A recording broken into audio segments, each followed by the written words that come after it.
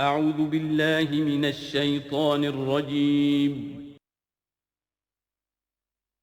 بسم اللہ الرحمن الرحیم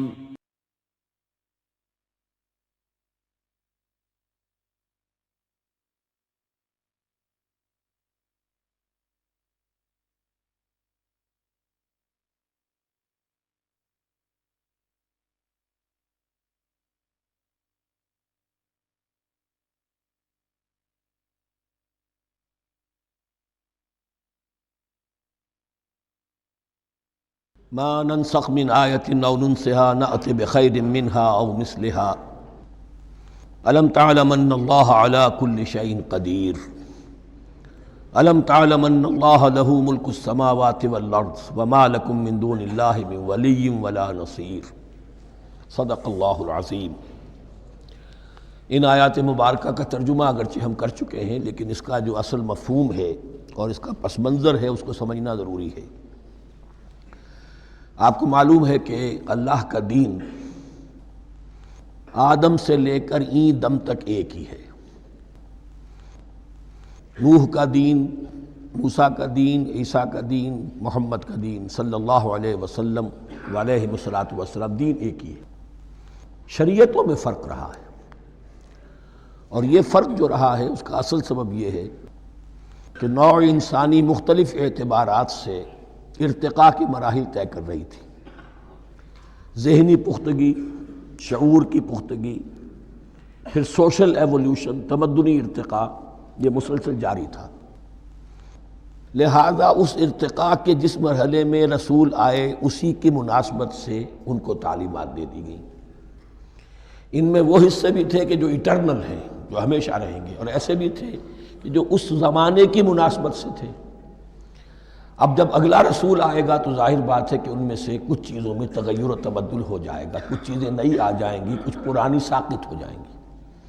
یہ پرانی چیزوں کا ساقط ہونا یہ کہلاتا ہے ناسخ ہونا، ناسخ و منسوخ کا مسئلہ، کہ وہ حکم منسوخ ہو گیا اور اس کی جگہ پر کوئی اور حکم آ گیا ہے۔ یا تو اللہ تعالیٰ تعین کے ساتھ منسوخ فرماتے ہیں، یا یہ کہ اس شے کو سرے سے لوگوں کے ذہنوں سے زائل کر دیتے ہیں۔ اعتراض یہ کر رہے تھے یہودی کہ اگر تو یہ دین وہی ہے جو موسیٰ کا تھا تو ظاہر بات ہے کہ پھر شریعت پوری وہی ہونی چاہیے۔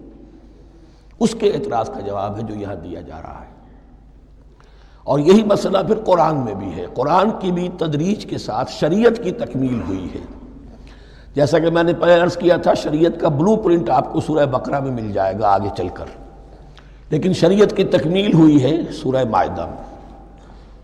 یہ جو تقریباً 5-6 سال کا وقفہ ہے، اس میں کچھ احکام شروع میں دیے گئے، پھر ان میں رد و بدل کر کے، اور پھر آخر میں الیوم اکملت لکم دینکم واتممت علیکم نعمتی ورضیت لکم الاسلام دینا۔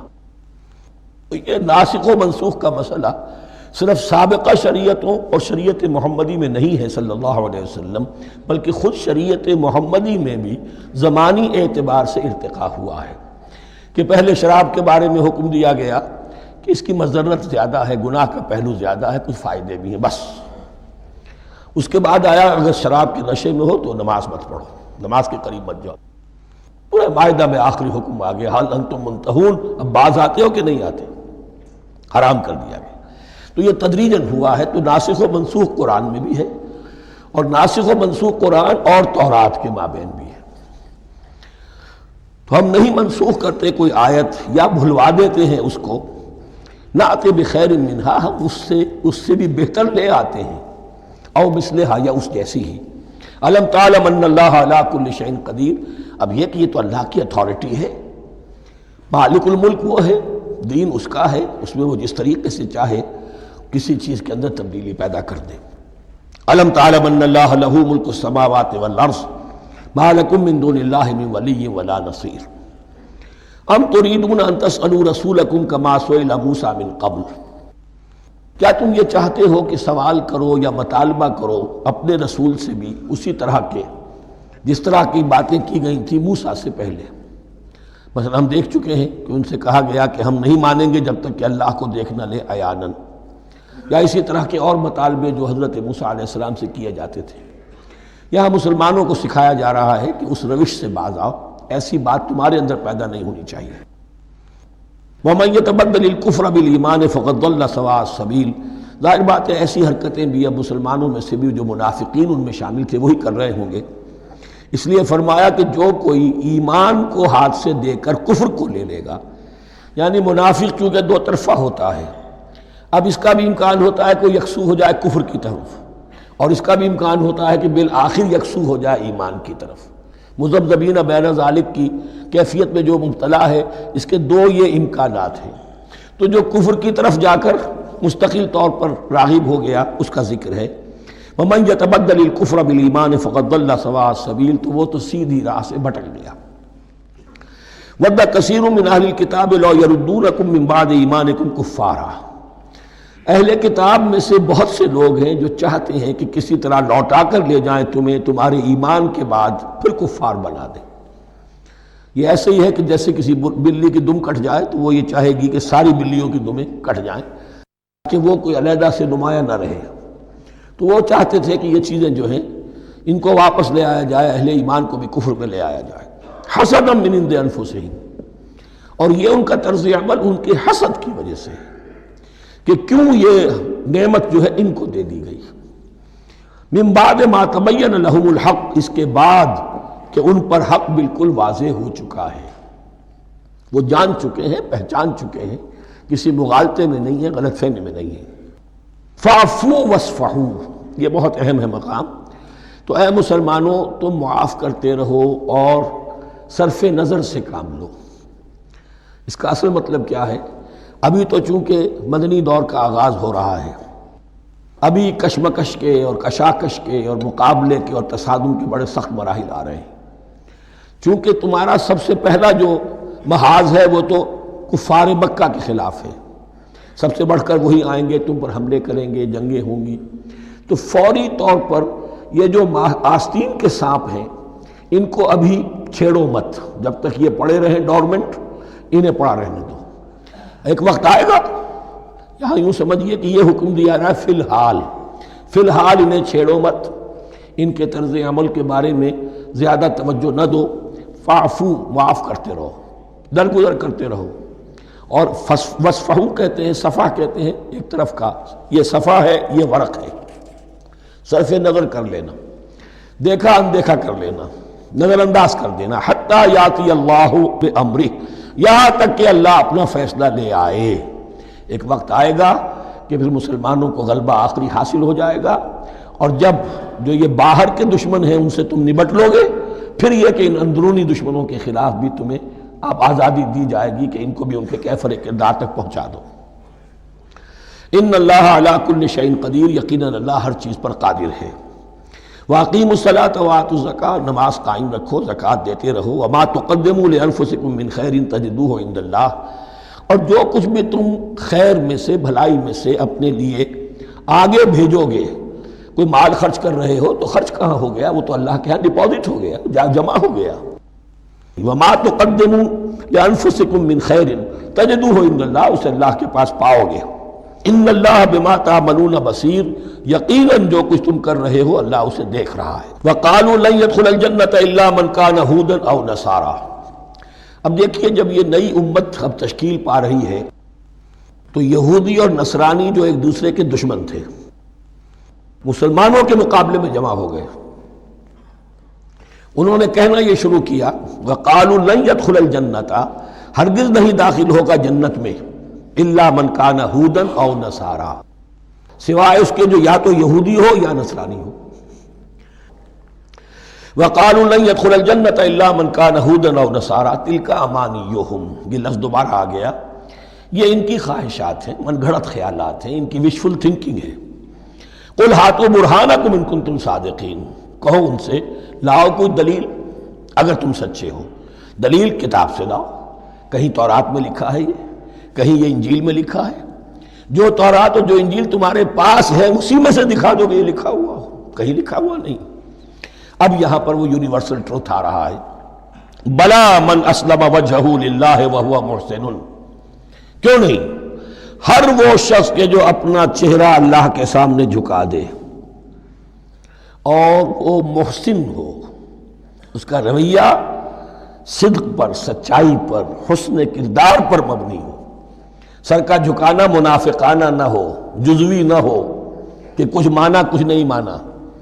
بلا من اسلم وجہہ للہ وہو محسن فلہ اجرہ عند ربہ، تو اس کے لیے اس کا اجر محفوظ ہے اس کے رب کے پاس۔ فلا خوف علیہم ولا هم یحزنون، نہ ان پر کوئی خوف ہوگا اور نہ ہی وہ حزن سے دوچار ہوں گے۔ یہ دوسری آیت ہے کہ جس سے کچھ لوگوں نے استدلال کیا ہے کہ ایمان بالرسالت ضروری نہیں ہے۔ اب دیکھیے اس کا جواب وہی ہوگا، نمبر ایک تو یہ ہر جگہ پر ساری چیزیں بیان نہیں کی جایا کرتی، کوئی چیز کہیں بیان کی گئی، کوئی کہیں بیان کی گئی ہے۔ کتاب کو لینا ہے تو پوری کو پوری ایک کتاب کی حیثیت سے۔ دوسرا یہ کہ یہ سارا سلسلہ کرام جو ہے، جو دو بریکٹس کے مابین آ رہا ہے، اس میں پہلے سے ہے وَآمِنُوا بِمَا أَنزَلْتُ مُصَدِّقًا لِمَا مَعَكُمْ وَلَا تَكُونُوا أَوَّلَ كَافِرٍ بِهِ، تو وہ تو ضرب کھا رہی ہے اس پورے کے پورے مضامین کے سلسلے سے جو ان دو بریکٹوں کے درمیان آ رہا ہے۔ اب دیکھیے ایک طرف تو ان کا کہنا یہ تھا کہ جنت میں داخل نہیں ہوگا مگر وہی جو یہودی ہو یا نصرانی ہو۔ اب عمل کیا ہے؟ وَقَالَتِ الْيَهُودُ لَيْسَتِ النَّصَارَىٰ عَلَىٰ شَيْءٍ، یہودی کہتے ہیں نصارہ کی کوئی حیثیت نہیں، کوئی بنیاد نہیں، کوئی جڑ نہیں۔ وَقَالَتِ النَّصَارَىٰ لَيْسَتِ الْيَهُودُ عَلَىٰ شَيْءٍ، اور نصارہ کہتے ہیں کہ یہود کی کوئی بنیاد نہیں، بے بنیاد لوگ ہیں، کوئی حقیقت ان کی حقانیت ہے ہی نہیں۔ وَهُمْ يَتْلُونَ الْكِتَابَ، اور مزہ یہ ہے کہ دونوں ایک کتاب پڑھ رہے ہیں۔ اولڈ ٹیسٹمنٹ تو مشترک ہے یہودیوں میں اور عیسائیوں میں، یہ بہت اہم نکتہ ہے۔ اور جدید عیسائیت میں جو ایک بہت بڑی طاقت ابھر رہی ہے امریکہ میں، وہ ہے کہ جو یہ عیسائیت کو جیوڈائز کر رہی ہے، کیونکہ رومن کیتھولک مذہب جو تھا اس نے تو چونکہ گویا کہ سارا رشتہ توڑ لیا تھا بائبل سے، سارا اختیار پوپ کے ہاتھ میں آ گیا تھا، لیکن پروٹیسٹنٹس نے پھر بائبل کو قبول کیا۔ اب اس کی منطقی انتہا یہ کہ اولڈ ٹیسٹمنٹ کے اوپر بھی اب ان کی توجہ ہو رہی ہے کہ آخر یہ بھی تو ہم مانتے ہیں کہ ہماری کتاب ہے، اور اس میں جو کچھ لکھا ہے اس کو نظر انداز کیسے کر سکتے ہیں۔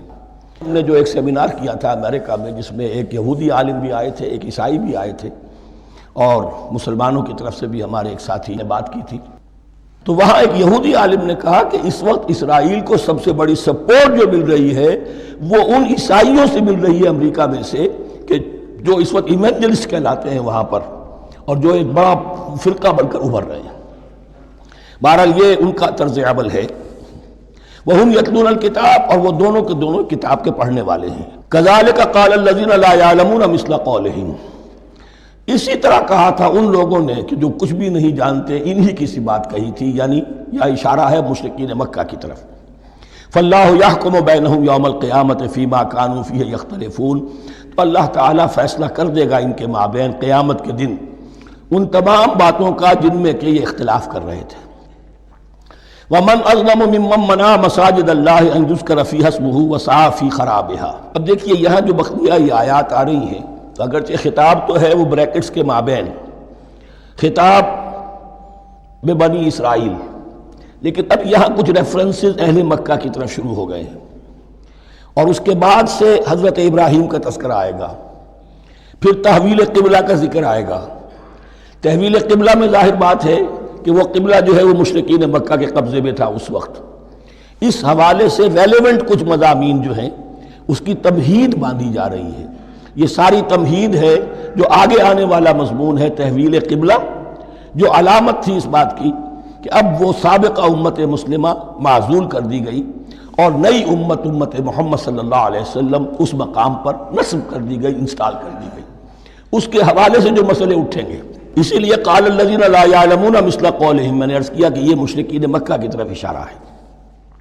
ومن اظلم ممن منع مساجد اللہ یذکر فیہا اسمہ، اس سے بڑھ کر ظالم کون ہوگا جو اللہ تعالیٰ کی مسجدوں سے لوگوں کو روکے کہ وہ اس میں اس کا نام لے سکے۔ چونکہ مشرکین مکہ نے مسلمانوں کو محروم کر دیا تھا حرم سے، اب وہاں جانے کی ان کو اجازت نہیں تھی۔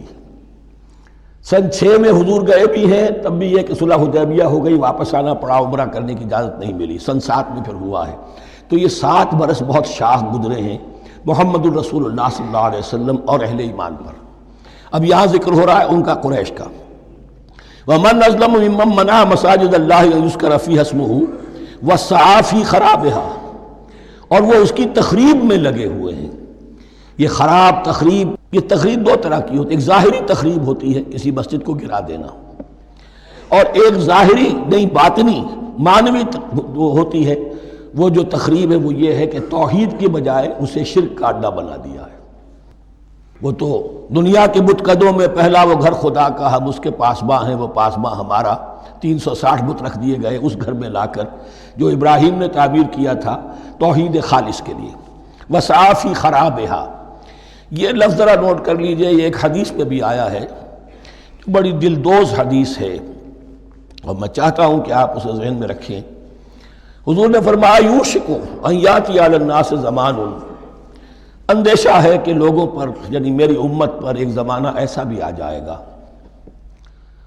اب گنتے جائیے، لا یبقى من الاسلام الا اسمہ، اسلام میں سے اس کے نام کے سوا کچھ نہیں بچے گا، ولا یبقى من القرآن الا رسمہ، قرآن میں سے اس کے رسم الخط، الفاظ اور حروف کے سوا کچھ نہیں بچے گا، اسی کی اللہ تعالیٰ نے ضمانت دی ہے، یہ محفوظ رہے گا رسم عثمانی۔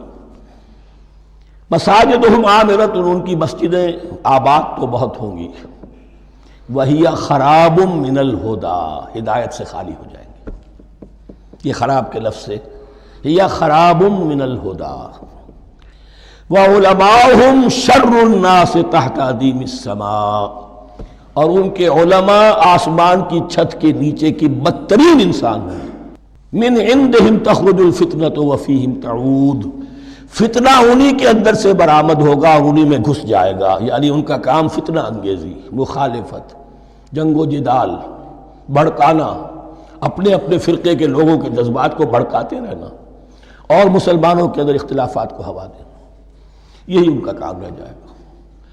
آج جن کو ہم علماء کہتے ہیں ان کی عظیم اکثریت اس کیفیت سے دوچار ہو چکی ہے۔ جب مذہب اور دین پیشہ بن جائے تو کوئی خیر اس میں باقی نہیں رہتا۔ یہ دین اور مذہب پیشہ نہیں تھا، اسلام میں کوئی پیشوائیت نہیں، اسلام میں کوئی پاپائیت نہیں، اسلام میں کوئی برہمنزم نہیں، اسلام تو ایک کھلا، ہر شخص کتاب اللہ پڑھے، ہر شخص عربی سیکھے، ہر شخص کو امامت کے قابل ہونا چاہیے، ہر شخص اپنی بچی کا نکاح خود پڑھائے، ہر شخص اپنے والد کا جنازہ خود پڑھے۔ یہ جو ہم نے پیشہ بنا لیا ہے اور پھر انہیں پیسے دیتے، ظاہر بات ہے کہ پھر اس پیشے کے اندر تو پیشے میں عیب نہیں، رکھیے نہ فرہاد کو نام، پھر تو پیشہ میں تو جو کچھ پیشہ ورانہ چشمکیں ہوتی ہیں اور جو خباثتیں ہوتی ہیں وہ آتی ہیں۔ لیکن ساتھ ہی یہ بات واضح رہے کہ علماء حق سے دنیا خالی نہیں ہوگی، علماء حق بھی ہیں، لیکن کسی کے ماتھے پر لکھا ہوا نہیں ہوتا کہ یہ علماء حقانی میں سے اور یہ علماء سو میں سے ہے۔ باقی یہ صحیح بات ہے کہ اکثریت ادھر جا چکی ہے، ورنہ امت کا بیڑا غرق نہ ہوتا، سیدھی سیدھی بات، یہ بیڑا غرق ہوا ہے تو آخر کوئی سبب ہے۔ اولئک ما کان لہم ان یدخلوها الا خائفین، ایسے لوگوں کو تو سوائے اس کے ان کا کوئی مقام نہیں ہے کہ انہیں داخل ہونے کی بھی اجازت نہیں ہونی چاہیے اس میں، یعنی اللہ کی مسجدوں میں، مگر خوف زدہ ہو کر، ڈر کر۔ لہم فی الدنیا خزی، کے لیے دنیا میں بھی رسوائی اور ذلت ہے، لہم فی الآخرۃ عذاب عظیم، اور آخرت میں ان کے لیے عذاب عظیم ہے۔ وللہ المشرق والمغرب، اب دیکھیے تمہید ہو رہی ہے تحویل قبلہ کے لیے۔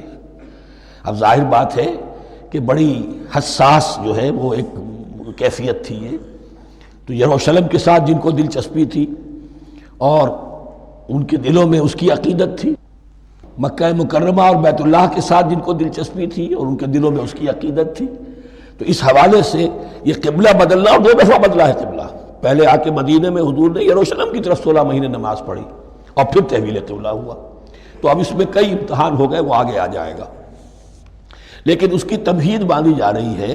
للہ المشرق والمغرب، مشرق اور مغرب سب اللہ کے ہیں، یعنی اگر ہم رخ کرتے ہیں مغرب کی طرف تو اس کے معنی یہ نہیں ہے کہ اللہ مغرب میں ہے، معاذ اللہ، اللہ تو جہت سے، مقام سے، ماورا وراء الورا، یہ تو یہ ہے کہ ایک یکسانیت پیدا کرنے کے لیے، اجتماعی رنگ دینے کے لیے ایک چیز کو قبلہ بنا دیا، علامت ہے۔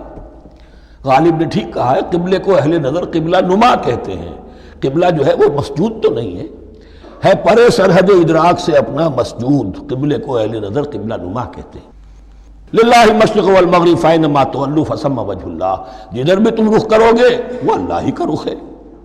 ان اللہ واسع علیم، یقیناً اللہ بہت وسعت والا ہے، بہت وسعت والا ہے، وہ کسی سمت میں محدود نہیں ہے، اور علیم ہے، ہر شے کا جاننے والا ہے۔ دیکھیے یہاں یہ آیت کہہ کے اور چھوڑ دیا مسئلہ، اگلے مسئلے پر آگئے، آگے آپ کو پتہ چلے گا کہ یہ در حقیقت ایک تمہید باندھی جا رہی ہے تحویل قبلہ کے لیے۔ وقالوا اتخذ اللہ ولدا سبحانہ، اور ان میں وہ بھی ہیں، اب ظاہر بات ہے یہاں پھر اشارہ ہو رہا ہے وہ اہل مکہ کی طرف، جنہوں نے یہ کہا ہے کہ اللہ نے اولاد اپنے لیے اختیار کی، یعنی وہ کہتے تھے کہ یہ جو فرشتے ہیں یہ اللہ کی بیٹیاں ہیں، نصارہ کہتے تھے کہ حضرت مسیح اللہ کے بیٹے ہیں، اور یہودیوں کا بھی ایک گروہ ایسا تھا جو حضرت عزیر کو اللہ کا بیٹا کہتا تھا۔ بل لہ ما فی السماوات والارض، نہیں، آسمانوں اور زمین میں جو کچھ ہے اسی کی ملکیت ہے، سب مخلوق ہیں، مملوک ہیں، خالق اور مالک صرف وہ ہے۔ کل لہ قانتون، اور سب کے سب اس کے فرما بردار ہیں، بڑے سے بڑا رسول، بڑے سے بڑا ولی، بڑے سے بڑا فرشتہ، بڑے سے بڑے اجرام سماویہ، سب کل لہ قانتون۔ بدیع السماوات والارض، وہ آسمان اور زمین کو پیدا کرنے والا ہے بغیر کسی شے کے۔ یہ ابداع اور خلق، ان میں فرق ہے۔ ابداع، بلکہ شاہ ولی اللہ دہلوی نے حجت اللہ البالغہ کا جو پہلا چیپٹر ہے اس کو یہی 3 عنوان دیے ہیں۔ اللہ تعالیٰ کے افعال بنیادی طور پر 3 ہیں، ابداع، خلق، تدبیر۔ ابداع ہے جسے انگریزی میں کہتے ہیں کریشن ایکس نہیلو، عدم محض سے کچھ بنا دیا، کچھ نہیں تھا اور بنا دیا، کن فیکون، یہ ابداع ہے۔ خلق ہے اب ایک چیز سے دوسری چیز بنانا، گارے سے انسان بنایا، یہ تخلیق ہے، آگ سے جن بنایا، یہ تخلیق ہے، نور سے فرشتے بنایا، یہ تخلیق ہے۔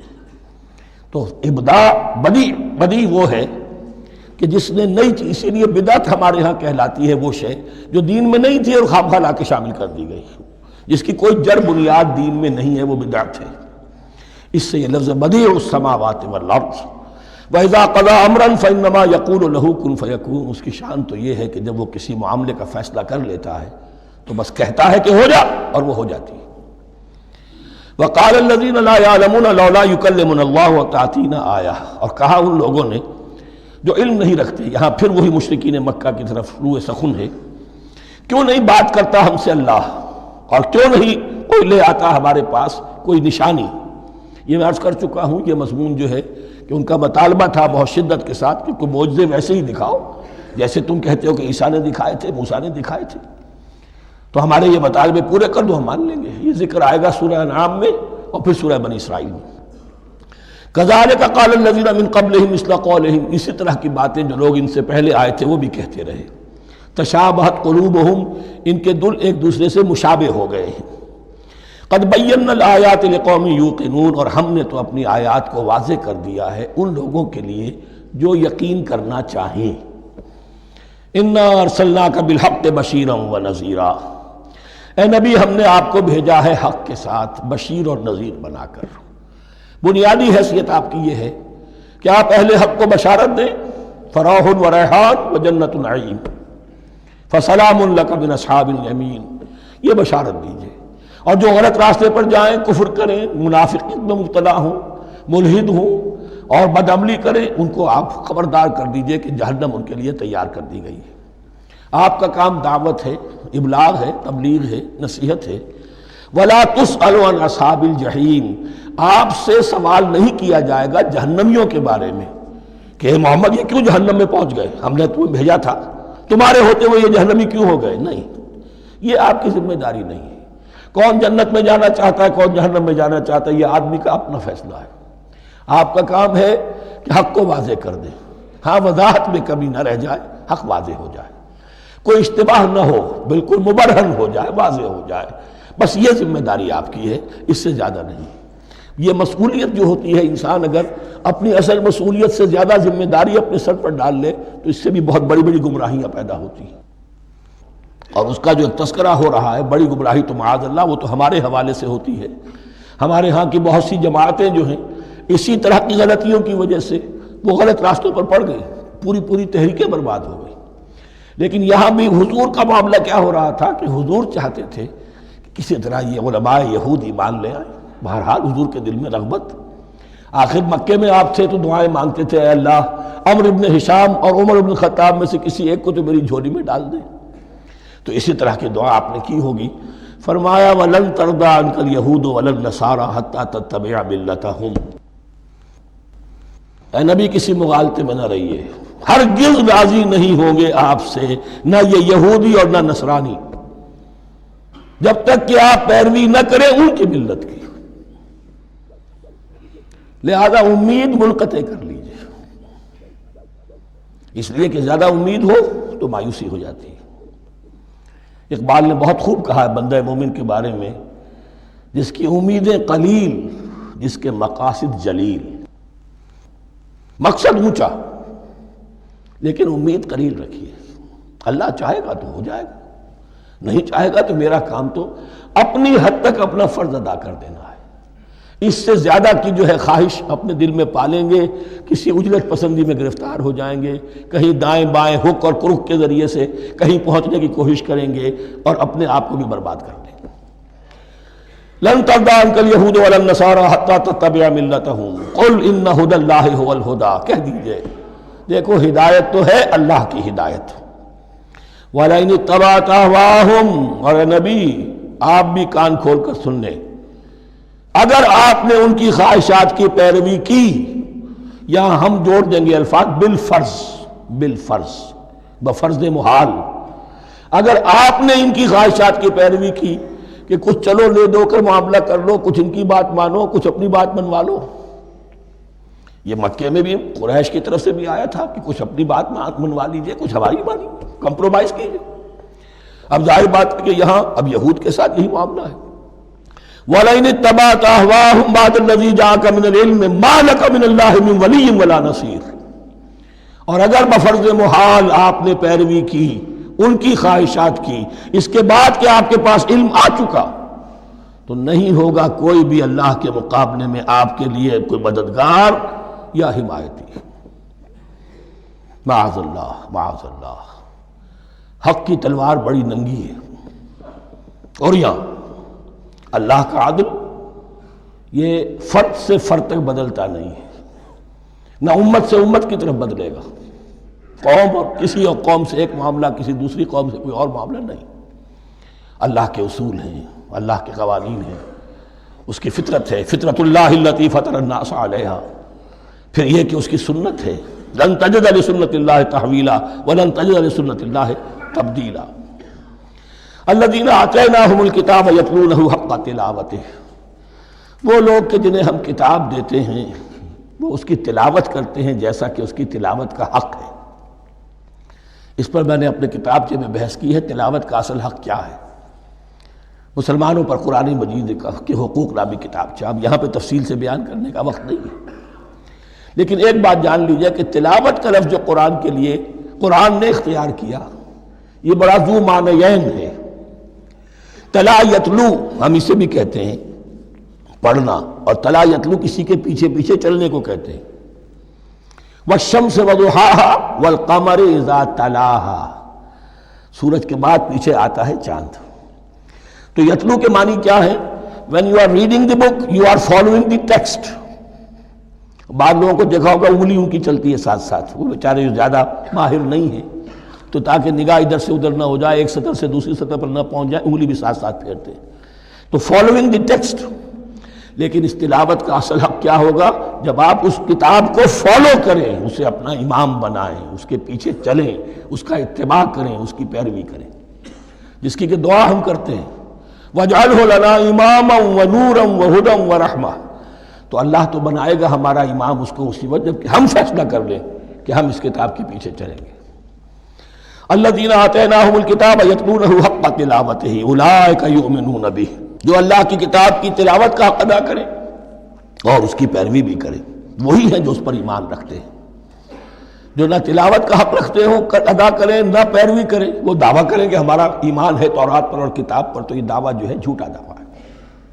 میں وہ حدیث آپ کو سنا چکا ہوں، ما آمن بالقرآن من استحل محارمہ، جس شخص نے قرآن کی کسی حرام کردہ شے کو اپنے لیے حلال کر لیا اس کا قرآن پر کوئی ایمان نہیں۔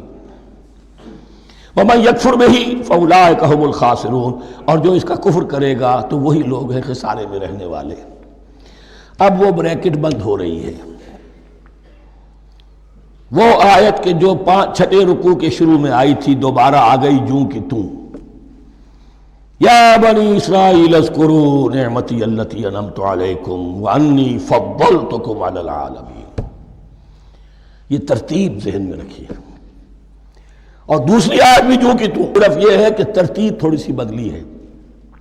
بریکٹ یوں بناتے ہیں تو اس کی چونچ ادھر ہوتی ہے تو اس کی چونچ ادھر ہوتی ہے، تو اسی طریقے سے ذہن میں رکھیے کہ دوسری آیت کی ترتیب تھوڑی سی بدل دی درمیانی، اور وہ بھی درمیان میں چونچ والا معاملہ جو ہوتا ہے۔ وَاتَّقُوا يَوْمًا لَا تَجْزِي نَفْسٌ عَن نَفْسٍ شَيْئًا، یہ تو جو کا تو وہی ہے، ڈرو اس دن سے جس دن کوئی جان کسی دوسری جان کے کام نہ آ سکے گی۔ وَلَا يُقْبَلُ مِنْهَا عَدْلٌ، وہاں کیا تھا وَلَا يُقْبَلُ مِنْهَا شَفَاعَةٌ، یہاں کیا آیا وَلَا يُقْبَلُ مِنْهَا عَدْلٌ، نہ اس سے کوئی فدیہ قبول کیا جائے گا۔ وَلَا تَنفَعُهَا شَفَاعَةٌ، یہ شفاعت بعد میں لے آئے، عدل پہلے لے آئے، وہاں شفاعت پہلے ہے عدل بعد میں، بس یہ تبدیلی ہے۔ وَلَا هُمْ يُنصَرُونَ، اور یہ پھر جو کا تو وہی جو پہلی آیت میں تھا، جو چھٹے رکوع کی دوسری آیت ختم ہوئی، نہیں انہیں کوئی مدد مل سکے گی۔ یہ جو حصہ تھا جو تقریباً 10 رکوعوں پر مشتمل تھا، سورہ بقرہ کے 18 رکوع کہ جن میں روح سخن ہے سابقہ امت مسلمہ کی طرف، 4 رکوع بڑے عموم کے حامل تھے، لیکن بین السطور وہاں بھی اشارے موجود تھے، روح سخن جو تھا وہ بنی اسرائیل کی طرف۔ 10 رکوعوں میں صراحت کے ساتھ ساری گفتگو انہی سے ہے، الا یہ کہ ایک جگہ مسلمانوں سے خطاب کر لیا، کچھ آخر میں اہل مکہ کا تذکرہ بھی ہو گیا۔ اب اس کے بعد ذکر شروع ہو رہا ہے حضرت ابراہیم علیہ السلام کا۔ وہ بات سمجھ لیجئے کہ کیا وجہ ہے اس کی۔ دیکھیے حضرت ابراہیم کی نسل کی یہ 2 شاخیں چلی، ویسے تو 3 ہیں، عام طور پر لوگوں کے علم میں ہے کہ 2 بیویاں تھیں، حضرت ہاجرہ سے حضرت اسماعیل پیدا ہوئے، بڑے تھے، حضرت سارہ سے حضرت اسحاق، ان کے بیٹے یعقوب، یعقوب کے 12 بیٹے بنی اسرائیل۔ حضرت اسماعیل کو حضرت ابراہیم نے آباد کیا خانہ کعبہ کے پاس لا کر، بواد غیر ذی زرع، تو وہاں یہ جو ایک نسل چلی۔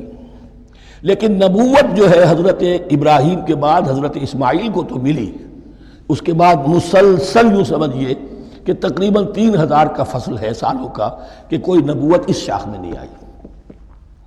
نبوت کا سلسلہ چلا دوسری شاخ میں، حضرت یعقوب، حضرت اسحاق، حضرت یعقوب، حضرت یوسف، چلتے جائیے، اور پھر حضرت موسیٰ اور ہارون سے شروع ہو کر حضرت عیسیٰ اور یحییٰ تک 1400 برس مسلسل۔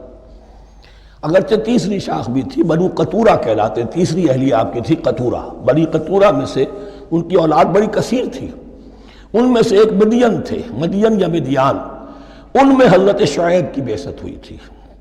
حضرت شعیب بھی حضرت ابراہیم کی نسل میں سے ہیں، لیکن بنی مدیان میں سے۔ بہرحال اب چونکہ حضور کی بعثت ہوئی بنی اسماعیل میں، ادھر بنی اسرائیل ہیں جن سے یہ خطاب ہو رہا ہے سابقہ امت مسلمہ، اور اب یہ امامت الناس منتقل ہونے والی ہے بنی اسرائیل سے بنی اسماعیل کو۔ تو اب اگر اس انتقال کے وقت نقل، اگر وہ جو کامن فیکٹر ہے اس کا تذکرہ کیا جائے تو بات آسان ہو جائے گی۔ ابراہیم ہی تو جد امجد ہے نا تمہارے، تم یعقوب کی اولاد ہو ٹھیک ہے، لیکن یعقوب کس کے بیٹے تھے؟ اسحاق کے۔ اسحاق کس کے بیٹے تھے؟ ابراہیم کے۔ تو یہ دوسری نسل بھی تو ابراہیم ہی کی ہے۔ اس حوالے سے ان کے لیے سہل بنایا جا رہا ہے کہ بات کو سمجھو، یہ صرف یہ ہے کہ 2 پیڑھی اوپر جا کر مل گئے اور اللہ خیر سنا۔ اور حضرت ابراہیم نے خانہ کعبہ کی تعمیر کی اور اسے اب مرکز بنانا ہے اہل توحید کا، لہذا یہ ساری گفتگو اب شروع ہو رہی ہے۔ 4 رکوع اب وہ ہیں 15ویں سے شروع ہو کر 18ویں تک جن کا اصل مضمون ہے تحویل قبلہ۔ وَإِذِ ابْتَلَىٰ إِبْرَاهِيمَ رَبُّهُ بِكَلِمَاتٍ فَأَتَمَّهُنَّ، اور ذرا یاد کرو جب ابراہیم کو آزمایا اس کے رب نے بہت سی باتوں میں۔ میرا ایک کتاب چاہے حضرت ابراہیم کی شخصیت پر، حج اور عید الاضحیٰ اور ان کی اصل روح، اور اس میں ایک تحریر ہے، ایک تقریر ہے، جو تحریر ہے وہ مجھے بہت پسند ہے کہ کیسے کیسے امتحان آئے ہیں حضرت ابراہیم علیہ السلام پر۔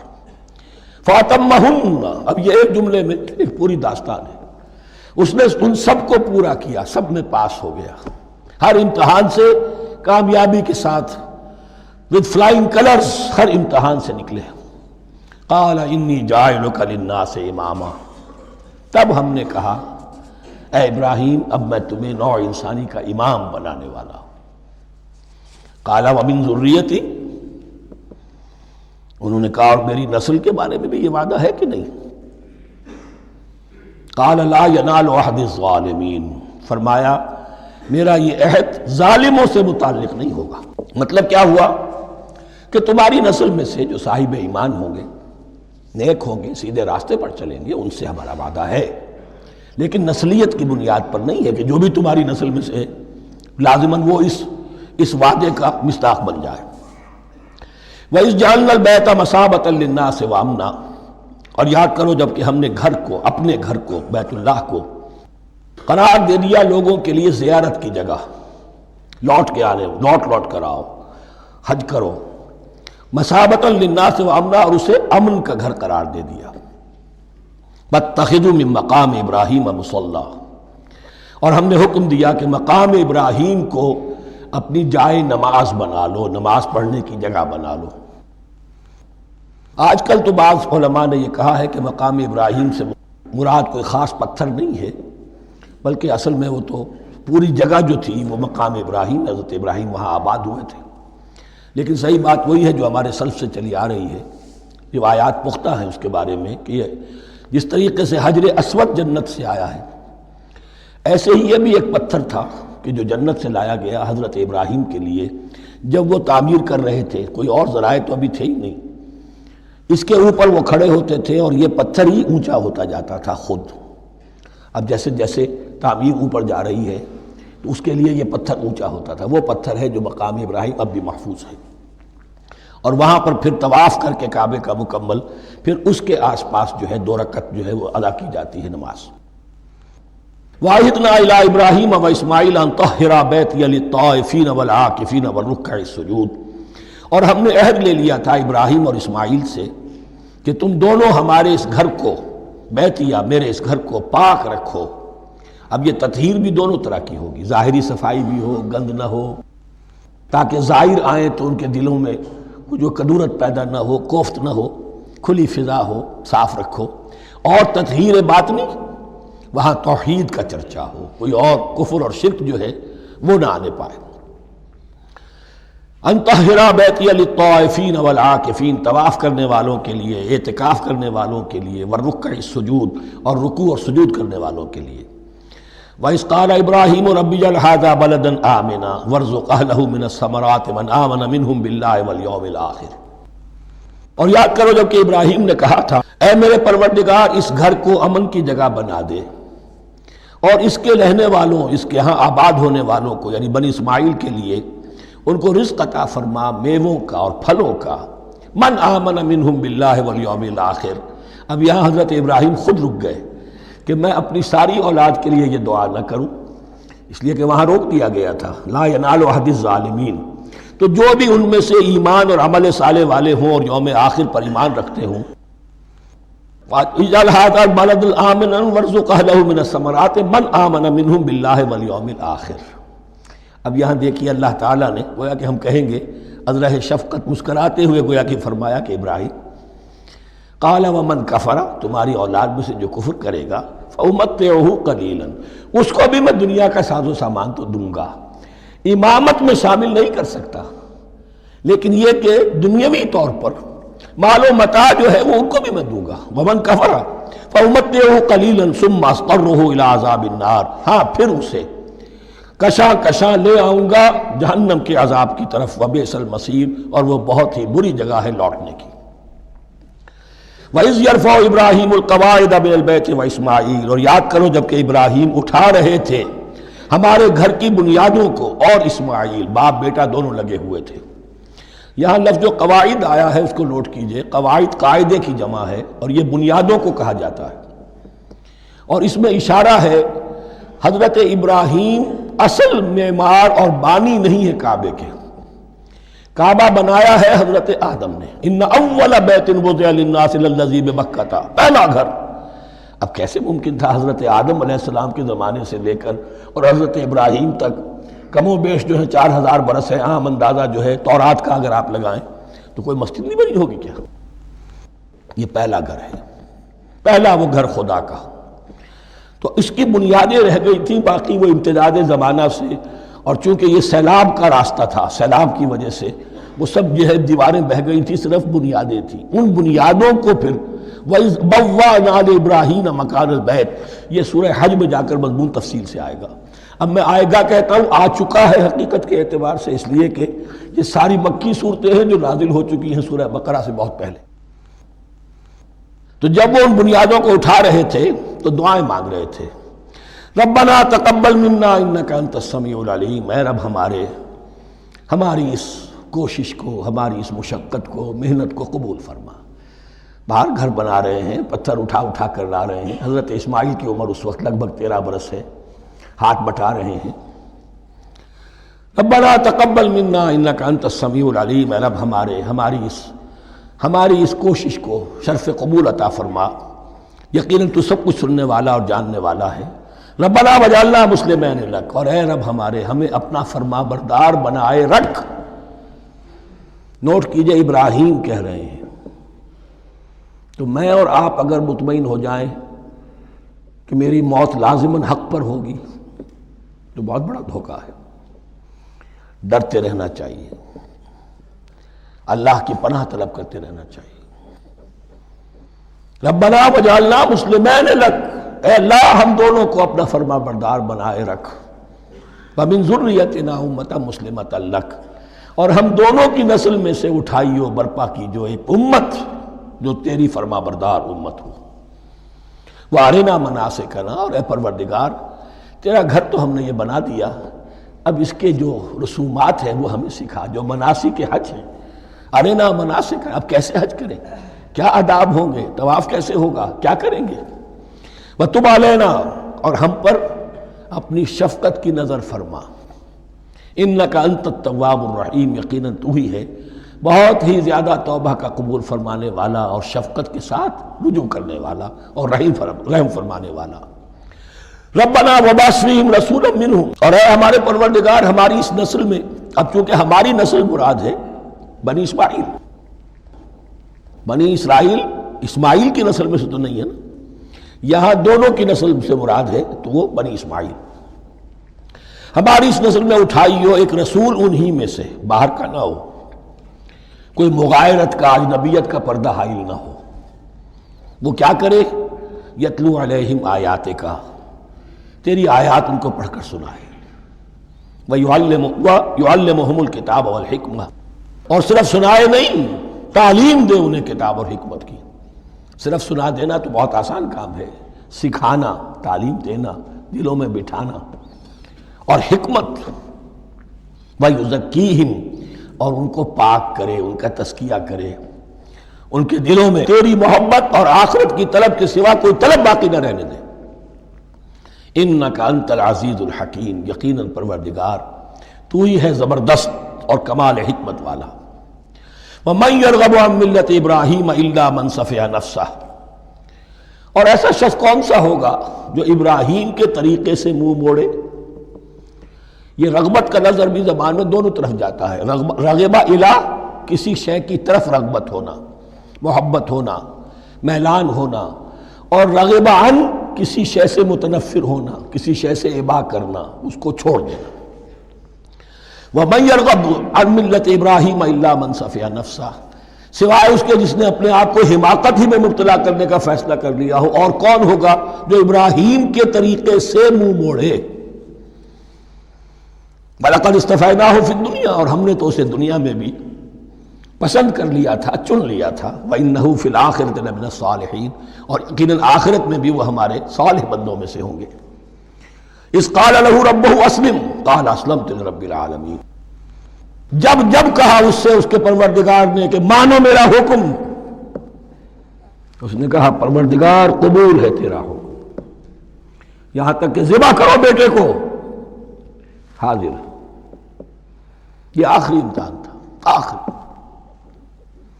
100 برس کی عمر میں، 87 برس کی عمر میں دعائیں مانگ مانگ کر بیٹا لیا تھا اسماعیل۔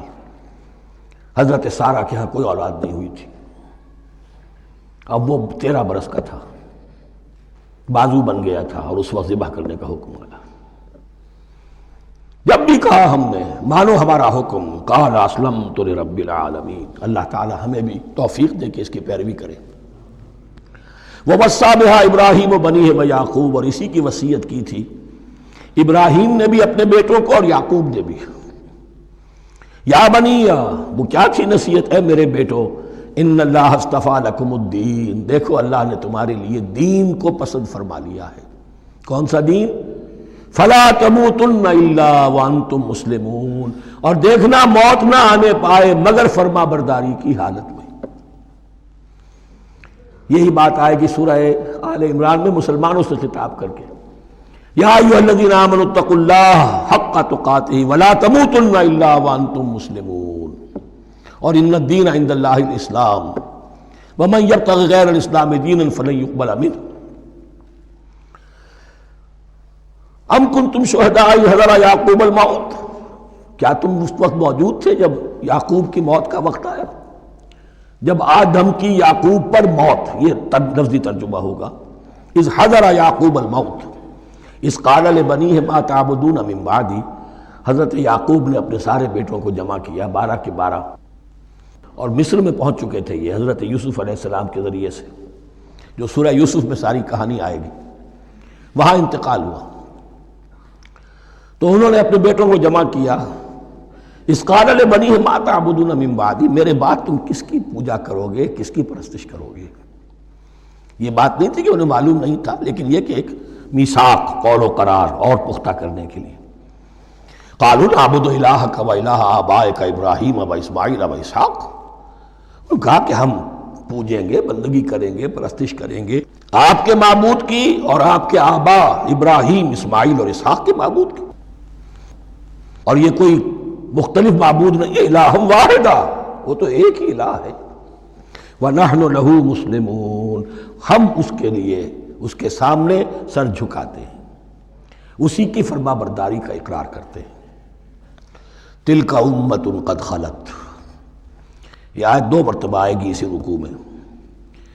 یہ ایک گروہ تھا انسانوں کا جو گزر گیا، ابراہیم، اسماعیل، اسحاق، یعقوب، ان کی اولاد، قد خلت، وہ گزر گئے۔ لہا ما کسبت ولکم ما کسبتم، ان کے لیے تھا جو انہوں نے کمایا اور تمہارے لیے ہوگا جو تم کماؤ گے۔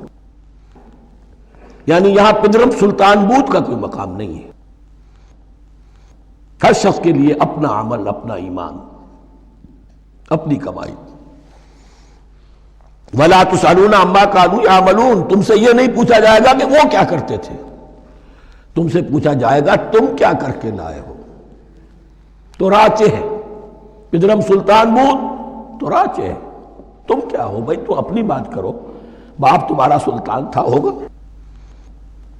وَقَالُوا كُونُوا هُودًا أَوْ نَصَارَىٰ تَهْتَدُوا، لیکن اس پس منظر میں اب ان کی خباثت کو نمایاں کیا جا رہا ہے کہ یہ تو تھی وصیت ابراہیم کی اور یعقوب کی، اور اس وقت کے یہود و نصارہ کا کیا رویہ ہے؟ قالوا كونوا هودا او نصارى تهتدوا، وہی متحدہ محاذ حضور کے خلاف۔ یا تو یہودی، انہوں نے کہا کہ یا یہودی ہو جاؤ یا نصرانی تو ہدایت پر ہو جاؤ گے۔ قل بل ملت ابراہیم حنیفا، کہہ دیجئے نہیں، بل نتبع، ہم تو نتبع یہاں پر محذوف مانیے، بل نتبع ملت ابراہیم حنیفا، نہیں، ہم تو پیروی کریں گے ابراہیم کے طریقے کی، بالکل یکسو ہو کر۔ وما کان من المشرکین، اور وہ مشرکوں میں سے نہیں تھے۔ قولوا آمنا باللہ، اب یہاں مسلمانوں کو حکم دیا جا رہا ہے، دیکھو تم ان کے جو کچھ وہ کہتے ہیں اس کے جواب میں تم یہ کہو، قولوا کہو آمنا باللہ، ہم ایمان رکھتے ہیں اللہ پر، وما انزل الینا، اور جو کچھ نازل کیا گیا ہماری جانب، وما انزل الی ابراہیم و اسماعیل و اسحاق و یعقوب، اور جو کچھ نازل کیا گیا ابراہیم اور اسماعیل اور اسحاق اور یعقوب کی طرف، والاسباط، اور ان کی اولاد کی طرف، وما اوتی موسیٰ و عیسیٰ، اور جو کچھ دیا گیا موسیٰ کو اور عیسیٰ کو، وما اوتی النبیون من ربہم، اور جو کچھ دیا گیا تمام نبیوں کو ان کے رب کی طرف سے، لا نفرق بین احد منہم، ہم ان میں سے کسی کے مابین تفریق نہیں کرتے، ہم سب کو مانتے ہیں۔ دیکھیے ایک ہے تفضیل، کسی کو ایک کو زیادہ افضل سمجھنا دوسرے سے، یہ اور بات ہے، وہ تو سورہ آل عمران میں آئے گا تلک الرسل فضلنا بعضهم علی بعض۔ تفریق یہ کہ ایک کو مانے ایک کو نہ مانے، ان رسولوں میں سے ایک کا انکار سب کا انکار ہے۔ لا نفرق بین احد منہم ونحن له مسلمون، اور ہم نے تو اسی کی فرما برداری کا قلادہ اپنی گردن میں ڈال دیا ہے۔ فَإِنْ آمَنُوا بِمِثْلِ مَا آمَنْتُمْ، پھر اے مسلمانوں اگر یہ بھی ایمان لائے یہود اور نصارہ بالکل اسی طرح جیسے تم ایمان لائے ہو، نو کمپرومائز، ٹھیک ٹھیک وہی دین اختیار کریں، وہی راستہ جو کہ محمد کے ذریعے سے تمہیں دیا گیا صلی اللہ علیہ وسلم۔ فَإِنْ آمَنُوا بِمِثْلِ مَا آمَنْتُمْ بِهِ فَقَدْ اهْتَدَوْا، تب وہ ہدایت پر ہوں گے۔ وَإِنْ تَوَلَّوْا، اور اگر وہ پیٹھ موڑ لیں، فَإِنَّمَا هُمْ فِي شِقَاقٍ، تو اس کے معنی یہ ہیں کہ وہ زدم زدہ میں اور دشمنی کے اندر وہ مبتلا ہو چکے ہیں۔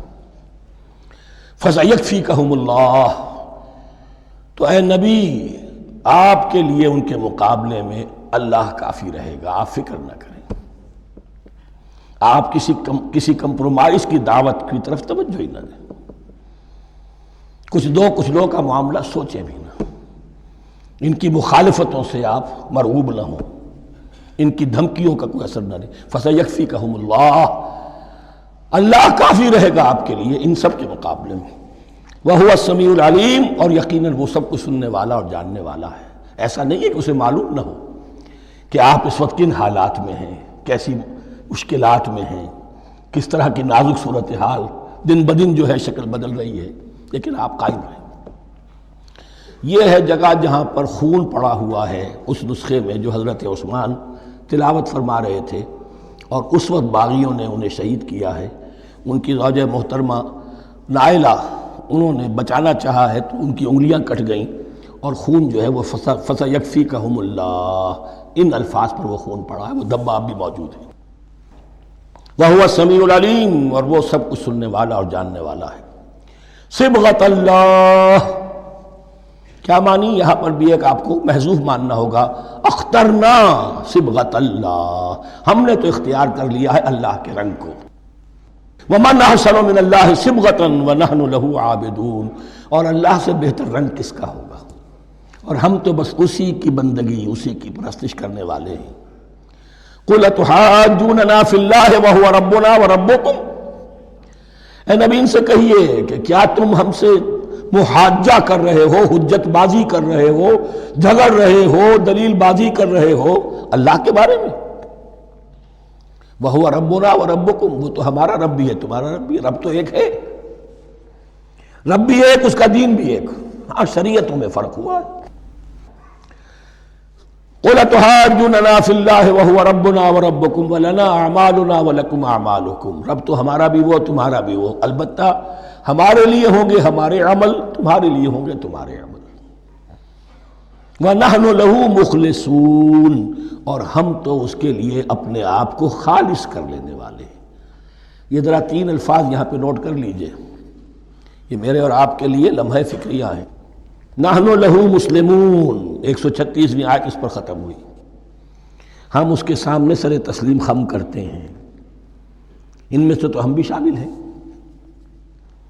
نحن لہو عابدون، آیت نمبر 138، ہم اس کی بندگی کرنے والے ہیں، اسی کی بندگی کرنے والے ہیں۔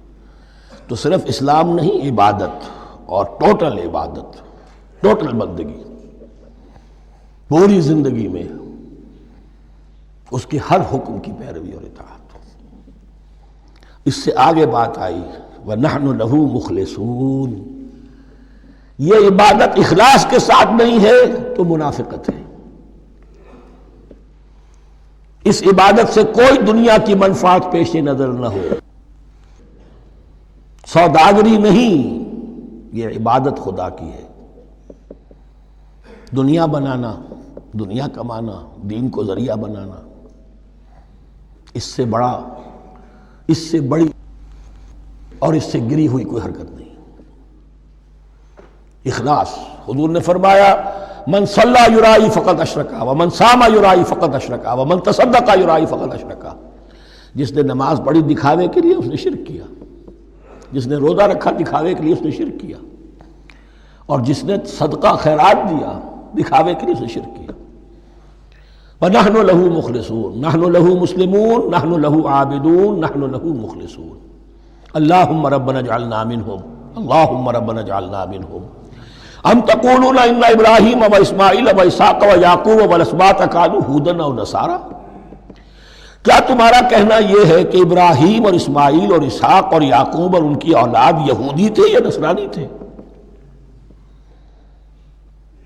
تم جو کہتے ہو کہ یا یہودی ہو جاؤ یا نصرانی تب ہدایت پاؤ گے، تو ابراہیم یہودی تھے یا نصرانی؟ اور اسحاق اور یعقوب اور یوسف اور موسیٰ اور عیسیٰ یہ کون تھے؟